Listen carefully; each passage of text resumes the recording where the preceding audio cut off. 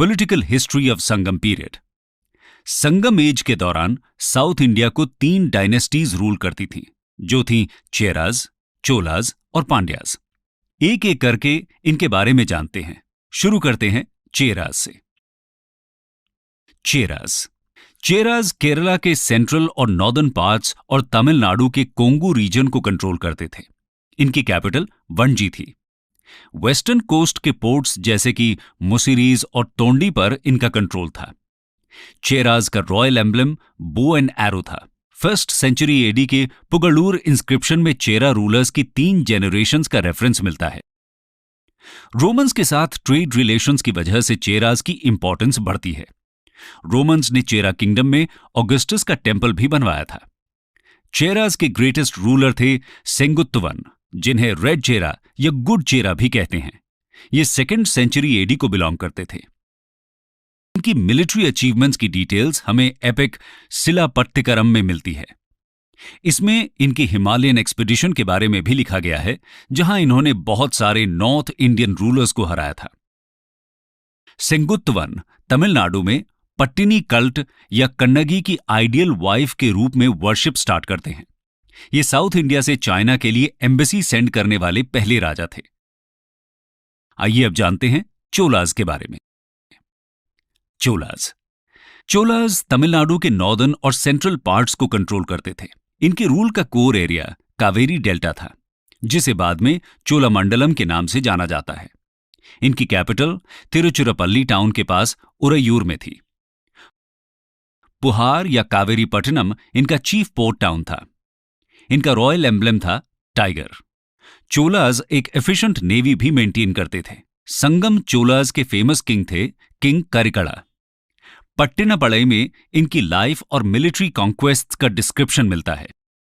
बहुत सी संगम poems battle of Venni को mention करती हैं, जहां इन्होंने चेराज, पांड्याज और 11 माइनर चीफ्टन्स की कन्फेडरेसी को डिफीट किया था। करिकड़ा की मिलिट्री अचीवमेंट्स इन्हें उस टाइम के पूरे तमिल रीजन का ओवरलॉर्ड बना देती हैं। इनके रूल में ट्रेड एंड कॉमर्स काफी फ्लरिश करता है। करिकड़ा को पुहार पोर्ट सिटी का फाउंडर कहा जाता है। इन्होंने कावेरी रिवर के अलोंग 160 किलोमीटर का एम्बैंकमेंट भी कंस्ट्रक्ट कराया था। आइए अब जानते हैं पांड्याज के बारे में। पांड्याज मदुराई से रूल करते थे। कोरकई इनका मेन पोर्ट था, जो थाम्रप्रपानी और बे ऑफ बंगाल के कॉन्फ्लुएंस के पास लोकेटेड था। यह अपनी पर्ल फिशरी के लिए फेमस था। इनका रॉयल एम्ब्लम फिश था। इन्होंने ही तमिल संगम्स को पेट्रोनाइज किया था और संगम पोएम्स के कंपाइलेशन को फैसिलिटेट किया था। ये वैदिक रिलीजन को मानते थे और ब्राह्मण प्रीस्ट्स को पेट्रोनेज प्रोवाइड करते थे। इनकी पावर कड़ाभ्राज नाम के ट्राइब के इन्वेजन के बाद डिक्लाइन कर जाती है। संगम एज के बाद करीब 1 सेंचुरी से भी ज्यादा समय तक पांड्यन डायनेस्टी अपनी सिग्निफिकेंस खो देती है। 6th सेंचुरी के एंड में फिर एक बार इनका राइज होता है। दोस्तों, ये तो बात हुई इंपॉर्टेंट डायनेस्टीज की। अब संगम एज की ओवरऑल पॉलिटी और एडमिनिस्ट्रेशन को भी समझते हैं। Sangam polity and administration.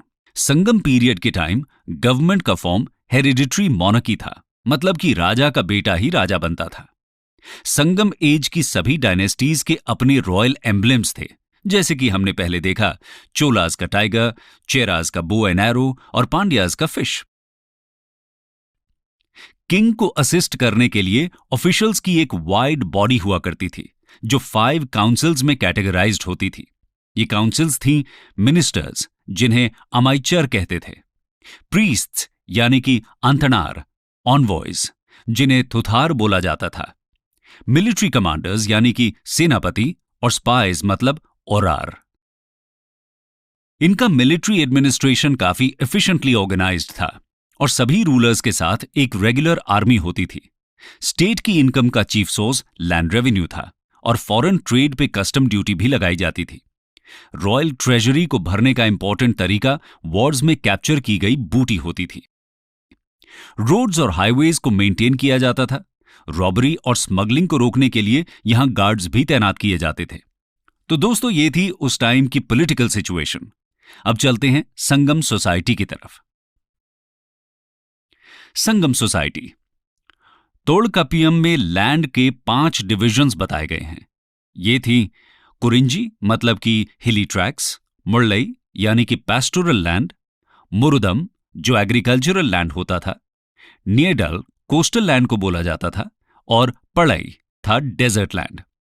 तोड़कपियम में 4 कास्ट का भी मेंशन मिलता है, जैसे कि अरसर मतलब रूलिंग क्लास, अंथनार जो पॉलिटिकल और रिलीजियस फील्ड में एंगेज रहते थे, वणिगर जो ट्रेड एंड कॉमर्स करते थे, वेल्ललार यानी कि एग्रीकल्चरिस्ट्स। थोड़ाज, इरोड़ाज, नागाज और वेदार्स जैसी एंशिएंट प्रिमिटिव ट्राइब्स इस पीरियड में रहती थी। इसके अलावा संगम लिटरेचर में वुमेन की पोजीशन के बारे में काफी इंफॉर्मेशन मिलती है। संगम पीरियड में वुमेन को रिस्पेक्ट के साथ ट्रीट किया जाता था और उनको इंटेलेक्चुअल एक्टिविटीज परस्यू करना अलाउड था। अव्वैयार, नच्च चेल्लैयार और कक्कई पड़नियार जैसी वुमेन पोएट्स ने तमिल लिटरेचर में कंट्रीब्यूशन दिया था। वुमेन को अपना लाइफ पार्टनर चूज करने की फ्रीडम थी, लेकिन विडोज की लाइफ मिजरेबल होती थी। सोसाइटी के हायर स्ट्राटा में सती प्रथा का भी प्रचलन देखने को मिलता था। सोसाइटी की डिस्कशन के बाद चलिए अब संगम पीरियड के दौरान रिलीजियस डेवलपमेंट्स को भी देखते हैं। रिलीजन ड्यूरिंग संगम एज। संगम पीरियड के प्राइमरी डेटी थे लॉर्ड मुरुगन, जिन्हें तमिल गॉड भी कहा जाता है। संगम लिटरेचर में गॉड मुरुगन से रिलेटेड फेस्टिवल्स का मेंशन मिलता है। मुरुगन को 6 अबोर्ड से ऑनर किया जाता है, जो अरुपड़ाई वीडू के नाम से फेमस हैं। इनके अलावा संगम पीरियड के टाइम वर्शिप होती थी गॉड मायोन मतलब विष्णु की, वेंदन यानी कि इंदिरन, वरुंदन और कोर्रवाई की। हीरो स्टोन या नाडुकल वर्शिप भी संगम पीरियड में सिग्निफिकेंट था। ये हीरो स्टोन्स वॉरियर्स के द्वारा वॉर में दिखाई गई बहादुरी की याद में इरेक्ट किए जाते थे। चलिए अब संगम एज की इकोनॉमी को समझते हैं। Economy of the Sangam age. Agriculture Sangam period का चीफ ऑक्यूपेशन था और राइस सबसे कॉमन क्रॉप थी। हैंडीक्राफ्ट्स इंडस्ट्रीज जैसे कि weaving, metal works, carpentry, ship building और बीड्स, स्टोन्स एंड आइवरी की हेल्प से ऑर्नामेंट्स डिजाइन करना संगम पीरियड का पार्ट था। यहां के हैंडीक्राफ्ट्स के आइटम्स इंटरनल और एक्सटर्नल ट्रेड में हाई डिमांड में रहते थे। कॉटन और सिल्क क्लॉथ की स्पिनिंग और वीविंग में संगम पीपल को एक्सपर्टीज हासिल थी। इनकी वेस्टर्न वर्ल्ड में बहुत डिमांड रहती थी, स्पेशली उरैयूर के कॉटन क्लोथ्स की। पुहार का पोर्ट फॉरेन ट्रेड का इंपॉर्टेंट सेंटर था। इसके अलावा और भी इंपॉर्टेंट पोर्ट्स थे जैसे कि तोंडी, मुसिरीज, कोरकई और अरिक्कमेडू।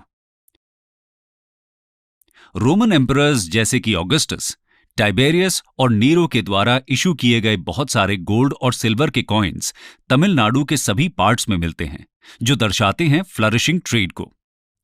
संगम एज में मेजर एक्सपोर्ट्स के आइटम्स थे कॉटन फैब्रिक्स और स्पाइसेस जैसे कि पेपर, जिंजर, कार्डमम, सिनेमन और टर्मरिक। साथ ही आइवरी प्रोडक्ट्स, पर्ल्स और प्रेशियस स्टोन्स। मेजर इंपोर्ट्स के आइटम्स थे हॉर्सेस, गोल्ड और स्वीट वाइन। तो दोस्तों ये थी economy of the Sangam age. Concluding remarks. 3rd century AD का एंड होते होते संगम पीरियड का भी डिक्लाइन होने लगता है। संगम पीरियड के बाद तमिल कंट्री को 300 एडी से 600 एडी के बीच कालाभराज ऑक्यूपाई कर लेते हैं। इनके पीरियड को अर्लियर हिस्टोरियंस एक इंटररेग्नम या डार्क एज भी कहते हैं। दोस्तों, संगम पीरियड डिक्लाइन तो कर जाता है, लेकिन इसकी लेगेसी बनी रहती है। द्रविडियन लैंग्वेजेस का डेवलपमेंट इसी पीरियड से शुरू होता है और संगम लिटरेचर के रूप में हमें क्लासिकल लिटरेरी हेरिटेज भी मिलता है।